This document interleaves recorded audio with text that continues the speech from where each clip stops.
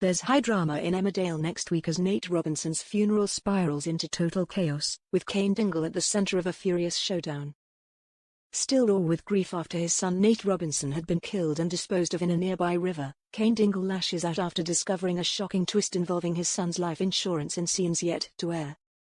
Meanwhile, John Sugden, who is behind Nate's death, finds himself caught in the middle of the brewing storm, as despite his best efforts, he's unable to convince Aaron Dingle to steer clear of the funeral.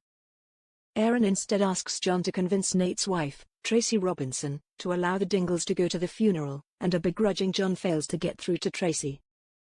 Cain remains tormented by the belief that Tracy is to blame for Nate's tragic death, and things only get worse when Sam Dingle drops the bombshell revealing that Tracy is entitled to Nate's life insurance payout.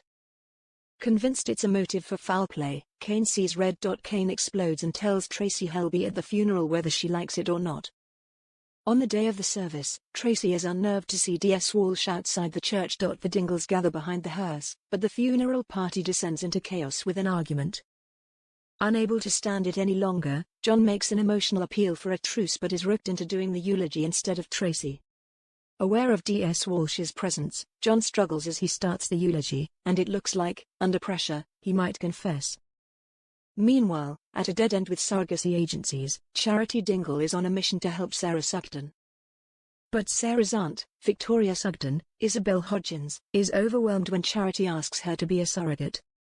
Charity tries to convince Victoria by explaining that she could be Sarah's last chance to be a mum.